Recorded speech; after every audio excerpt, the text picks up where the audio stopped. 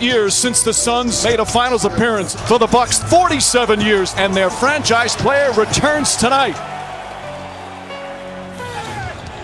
Heaven on earth, half a million on the watch. 3 bands on the sweater just to let it watch. Fires up a three. It's good. And the foul. Chris Paul has taken control of game 1. You can send it Bitcoin down to dribble little stock. Paul on the drive. Count it and one. Chris Paul's first finals game has been a brilliant performance.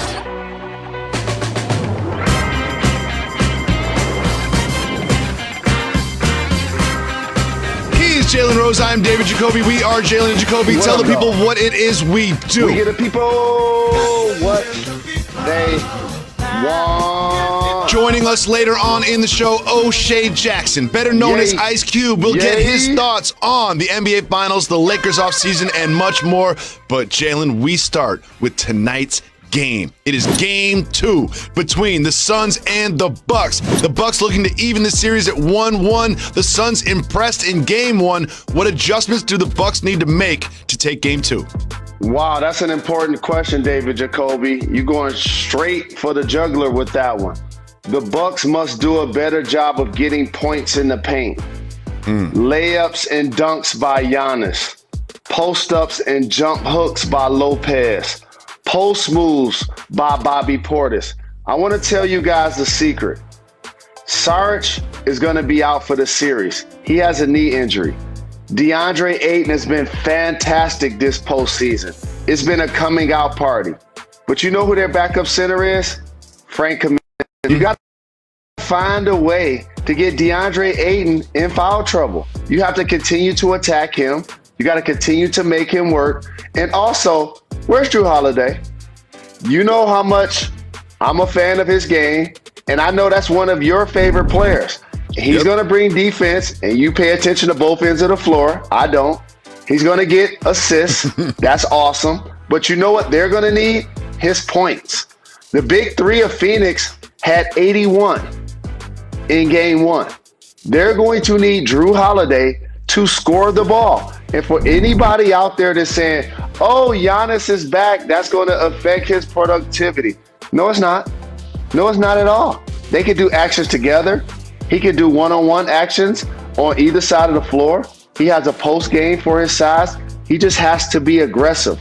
Those have to be the adjustments. Points in the paint for the Bucks and aggression by Jrue Holiday. Jalen, you brought up a really good point that I think is going over a lot of people's heads. Dario Saric is no longer available. Now, Dario Saric is not a huge household name, but he is a contributor for this team, and he's not going to be available for the rest of the series, and that could impact them. And when you talk about getting Ayton in foul trouble, that's what I thought that Jokic would do. That's what I thought that Giannis Lopez would do. He, for a young player, does a really good job of not getting in foul trouble. But again, if they can get him off the floor, you're going to see a lot of Frank Kaminsky. And if you get him off the floor, you don't have that roll man that he's really turned into in his professional career. And when we're talking about the pick and roll, that to me is one of the biggest adjustments. When you look at the numbers of how the Bucks have guarded the pick and roll, whether or not they have dropped or whether or not they have switched, it seems like the more they switch, the more they get cooked when you look at the numbers. And again, Chris Paul is playing with his food in this pick and roll. He kind of just gets whatever he wants to wherever he wants, specifically that elbow jump shot that he loved, his little pet shot. He's been hitting threes in game 1, but you made a good point yesterday. You know I don't like to compliment you. You got to turn him into somebody that finishes at the rim. You got to turn Chris Paul into somebody who finishes at the rim, because he'll stop at the elbow and he'll shoot that step back easily. But if you turn him into that, that's going to be effective. One of the stories of game 1 was how many times the Suns got to the line at home. Coach Bud talked about that. Let's listen to the coach of the Milwaukee Bucks. I mean, it's a huge part of the game. You know, they have 25 points from the free throw line. You know, we're a team that prides ourselves in defending and being able to be good defensively without fouling. I can't remember the last time a team got 25 free throws in a game against the Bucks. It was actually 26. They hit 25 free throws, only missed one at the very end of the game. Jalen, what do you think about Coach Bud's words? I'm going to quote Uncle Chuck D. And by the way, Ice Cube is joining us. And do you realize the Bomb Squad and he produced Ice Cube's first album, America's Most Wanted? So what Coach Bud is describing, you see so many analysts like yourself, Jacoby, that are talking about how pick and roll coverage is being instituted, whether they're switching or whether they're dropping. Let me give you the B side of that. The B side of that is they do that to not send the team to the free throw line. That's the whole goal. See, most people are only paying attention to the ball handlers, either points from 3 or from mid-range. But you're underestimating the reason why they're playing that coverage is to save the big from being out on the floor and getting taken advantage of so he can do what I said. Do damage in the paint offensively, number one. Number two, not send them to the free throw line. That's why he's speaking out about it. And you alluded to something that's really important. You told me that Chris Paul was 36, right? Yep. Let me tell you what happens when you get old and you're playing basketball. 2 things you don't want to do. Drive and be athletic and finish at the hoop in traffic. And the other thing is fall on the floor.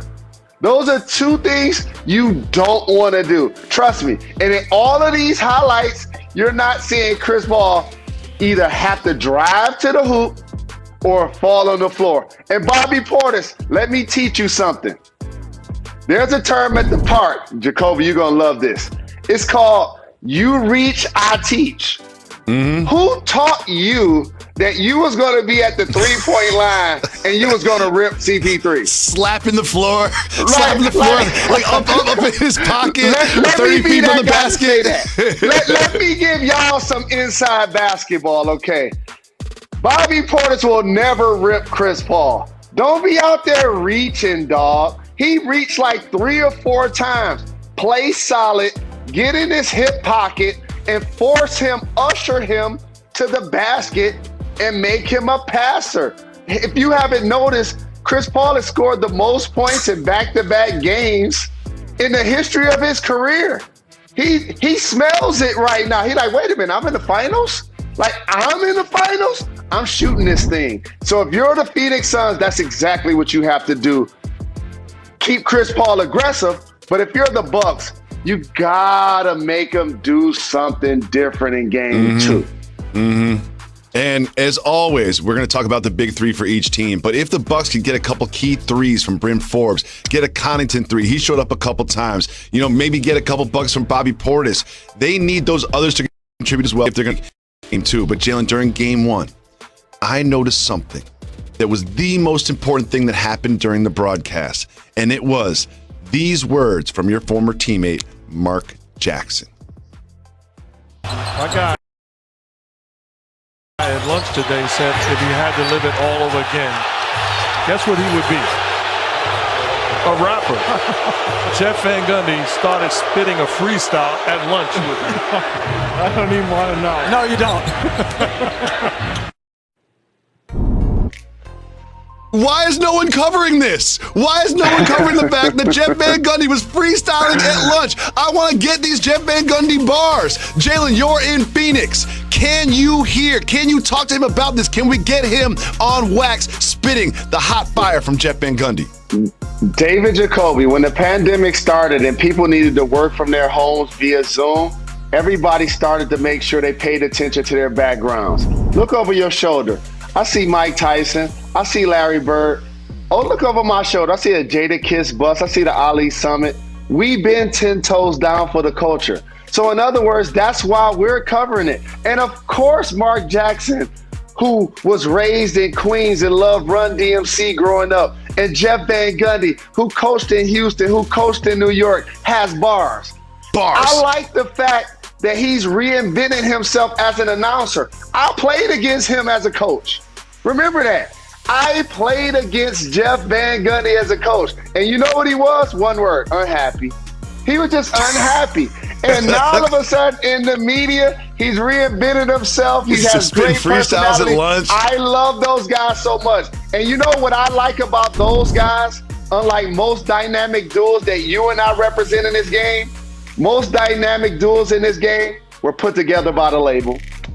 You know what I'm saying? We're put together by the network. You'll see Jalen and Jacoby front row at the Nets game. You see us champagning and campaigning together. And as a matter of fact, I ain't gonna even start telling y'all where we met. That we'll do that on the podcast. Jalen, what are you doing? It's time to show me some Shohei.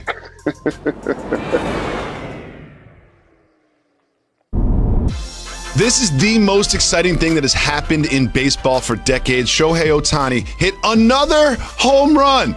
He hit 32 home runs before the All-Star break. Oh, and he's also one of the best pitchers in the game. Jalen Rose, he will be the #1 seed in the home run derby in Coors Field where the ball flies. What sort of a show do you expect Shohei to put on? Heat up, weed up, bring it back. Come rewind. So as the world starts to recognize the greatness that is Shohei, we didn't just invent that graphic today. We've had it the entire season. Because let me tell you something about Jalen and Jacoby and our staff. We pay attention to all-time greatness. And we saw a guy that's doing things that only Babe Ruth has done in baseball. He's hitting home runs, he's striking out people, and he's an immaculate left-handed swing. You know, as a lefty, I appreciate that no wasted motion type of effortlessly power swing. Like if you notice Jacoby, he's a guy, unlike Mark McGwire, unlike Sammy Sosa, right? He's not necessarily looked at as doing it because he's so powerful or because he's so bulky.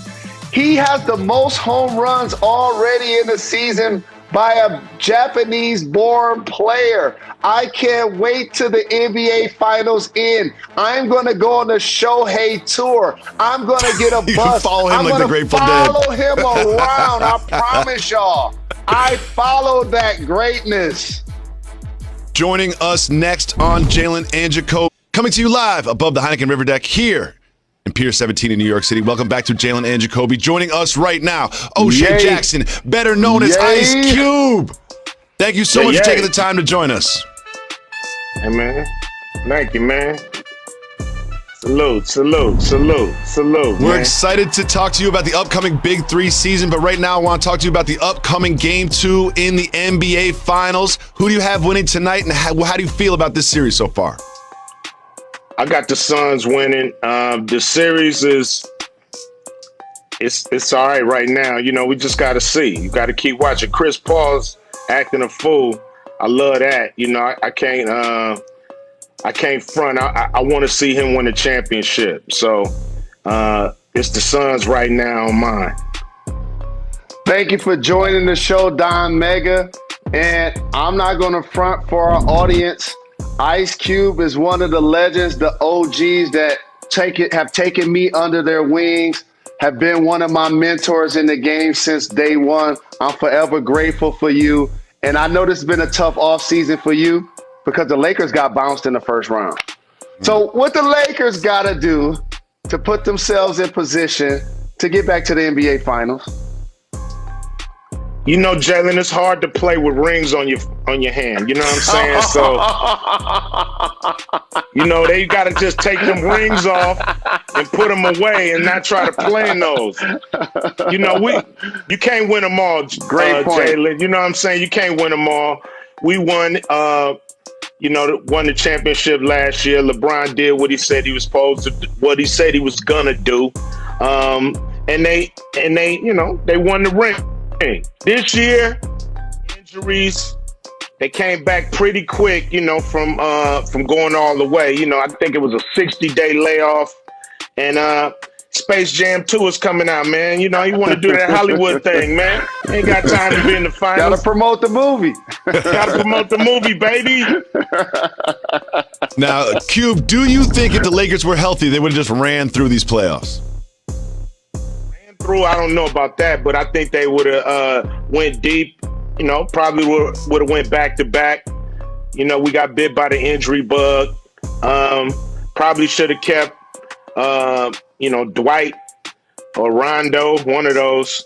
But we'll be back. Don't worry about nothing, man. Don't worry about what's going on in Laker Town, man. Cube, you're so diverse and such a legend. I'm just excited to talk to you about another sport, the NFL, the Raiders. They moved to Las Vegas. What are your expectations of your squad? Oh, they're going to have fun in Vegas. You know what I mean? It's a great town, great crowd. We've seen this, the sports town, how they act for the Golden Knights. And so, you know, they're going to come out for the Raiders the same way and have a ball. You know, they go together like peanut butter and jelly.